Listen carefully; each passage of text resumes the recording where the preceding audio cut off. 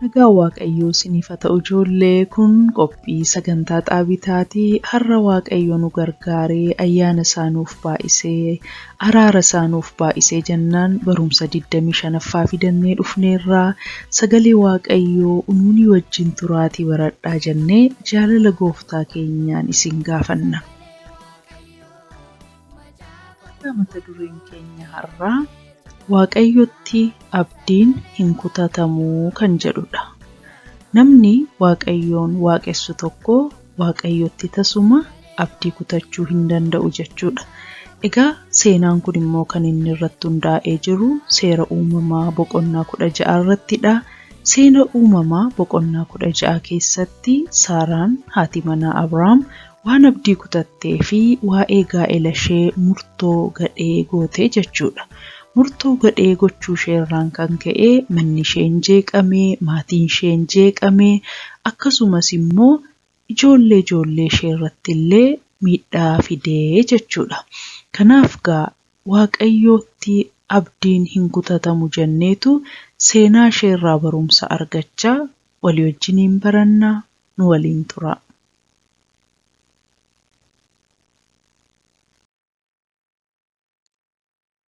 Waa'ee gaa'elaa Abrahaamiif Saaraa walii wajjiniin ilaalla. Egaa kan nuun barannu gaa'ela Abrahaamiif Saaraa akkamitti tiksamuu turra ture isa jedhu walii wajjiniin ilaalla. Egaa waa'ee gaa'ela Abrahaamiif Saaraa achi deebinee seera uumamaa boqonnaa 12 irraa jalqabnee ilaaluudhaafi Abrahaamiif Saaraanii namoota Waaqayyoo isaan filatee biyya isaanii keessaa ba'anii akka isaan lafa Kana'aan dhaqan namoota inni itti hime turanii. Abrahaamiif Saaraan bara dheeraa walii wajjiniin jiraatan illee mucaa tokkoyyuu hin qabanii turan. Egaa yeroo seenaan kun ta'etti Saaraan nama waggaa 89, Abrahaam immoo nama waggaa 91 akka inni ture hin dubbifanna macaafa qulqulluurra. Egaa amma kana walii wajjin jiraatanii akkuma isinitti hime mucaa hin qabanii turan.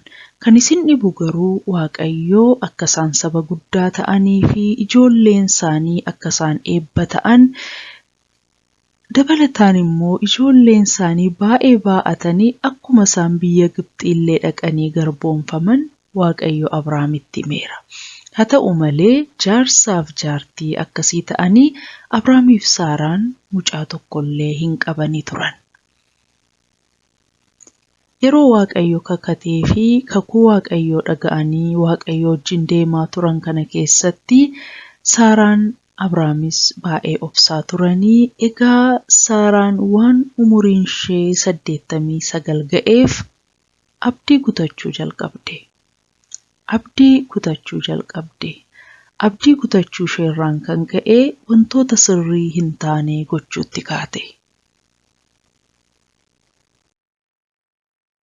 Egaa Saaraan ani dulloomeera nama waggaa 89 yeroon itti mucaa godhachuu danda'us darbeera jettee abdii waan kutatteef fala tokko falatte.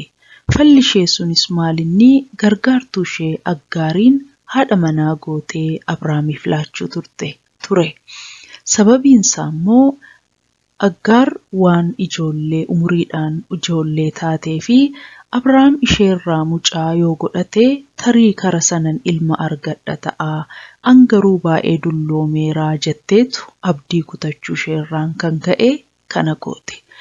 Utuma abdii kutattee jirtu garuu Waaqayyoo si'a baay'ee irra deddeebi'ee Abrahaamiif Saaraa fi akka isaan saba guddaa ta'an akka Waaqayyo ijoollee kennuuf itti dudubbachaa tureera Waaqayyo.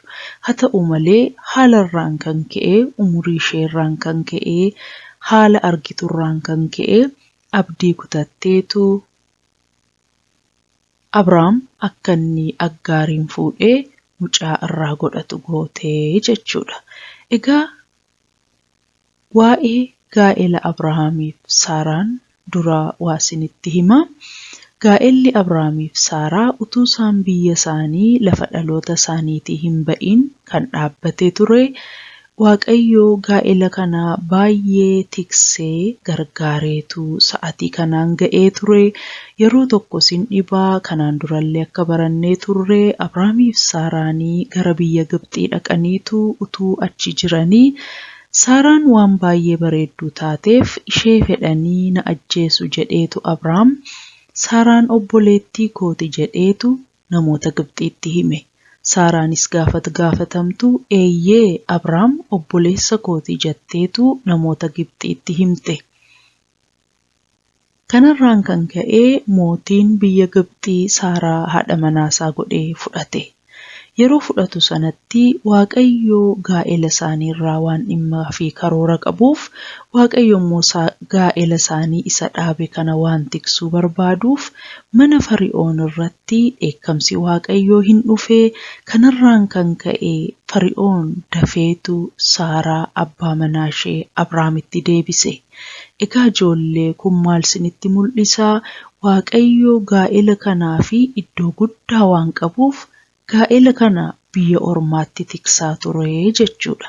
Haa ta'u malee har'a garuu Saaraan waan abdii kutatteef gaa'ela ishee Aggaariif dabarsitee kennitee yookiin immoo gaa'ela ishee Aggaarii wajjiniin hiratte. Wanti Saaraan goote kuni waan sirrii waan hin ta'iniif abdii kutannaa ishee irraan kan ka'e gaa'ela ishee waan dabarsitee kenniteef yookiin immoo abdii kutannaa irraan kan ka'e waan gaa'ela ishee tiksachuu dadhabdeef Aggaarii gaa'ela ishee yeroo argattu Saaraatti of jajuutti kaatee Aggaar Saaraa giiftii isheef abboomamuu diduutti kaatee Saaraanis immoo kana waan argiteef hammaachuutti kaatee mana isaanii keessatti jeequmsa guddaatu ta'e. Kanumaan Aggaar hin baddee kara lafa gogaa adeemte.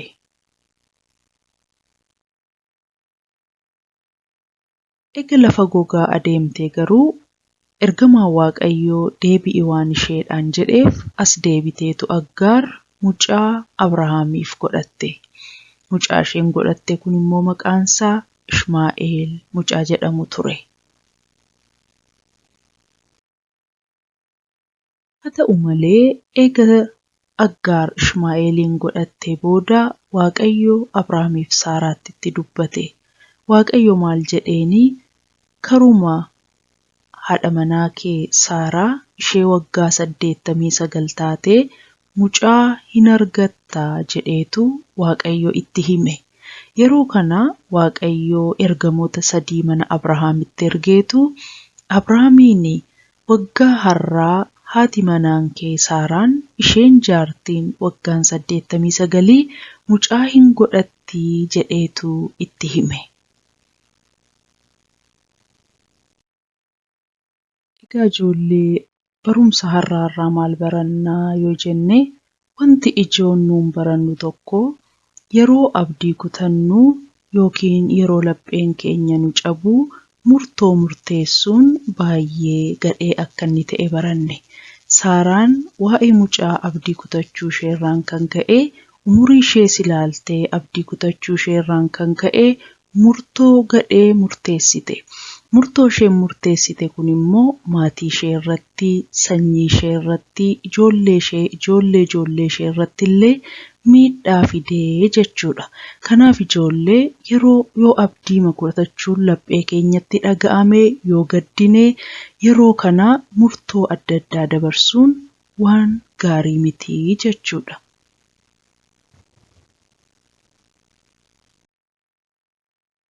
Adda biraan immoo namni Waaqayyoon waaqessu tokko Waaqayyo irratti tasuma abdii kutachuun sirrii miti. Waaqayyo Waaqni nu waaqessinuu Waaqa hundumaa gochuu danda'u Elshaadaay waan ta'eefi unuuni Waaqayyo Elshaadaay ta'e waan waaqessinuuf Waaqayyo irratti tasuma abdii kutachuun nurra hin jiru. Egaa Waaqayyo inni nu waaqessinu kuni Waaqa abdiitii, Waaqa abdiidhaan guutuudha malee Waaqa abdii kutannaa miti jechuudha. Kanaaf namni tokko yoo kiristaana ta'e, namni tokko yoo Waaqayyoon hin waaqessa ta'e, jireenyi isaa abdiidhaan guutuu qaba malee abdii kutannaa keessa galuu hin qabu jechuudha. Ijoollee yooma duunellee nuun abdii guddaa qabna. Yoo duunellee Gooftaa keenya Iyyasuus bukkee dhaqna jennee abdanna malee abdii hin kutannu jechuudha. Kanaaf qulqulloonni kiristaanonni Waaqayyoon abdii isaanii godhatanii jiraachuu qabu malee akka Saaraa abdii kutannaa keessa galanii waan miidhaa fidu gochuun nurra hin jiraatu jechuudha.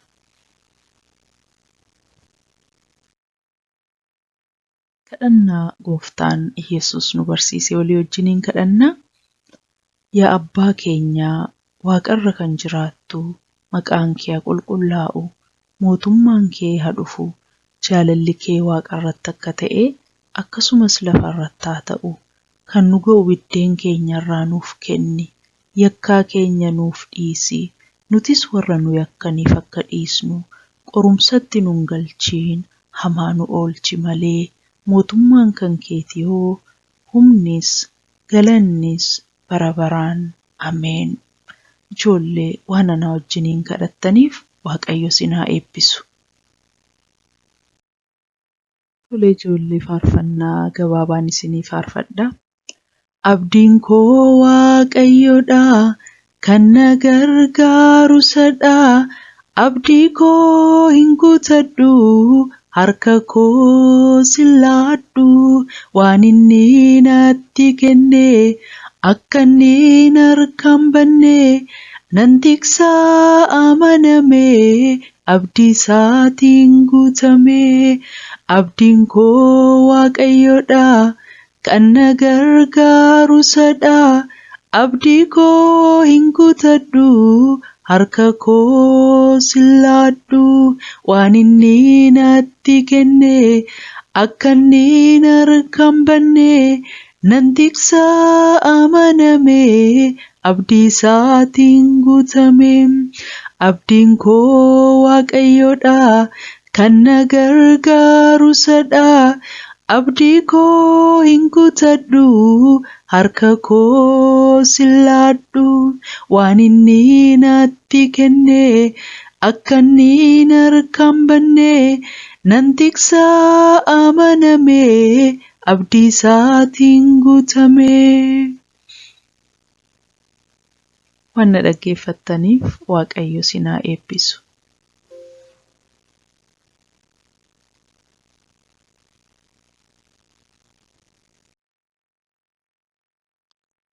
Ijoollee waan nu dhaggeeffattaniif Waaqayyo isin haa eebbisu. Amma torbee dhufu barumsa haaraa fidannee dhufnutti nagaa Waaqayyoo keessa jiraadhaa. Bara keessan keessatti immoo wantumti kamillee yoo ta'e Waaqayyo irratti abdii hin kutatinaa, abdiidhaan jiraadhaa. Waaqayyo isin haa eebbisu. Nagaan.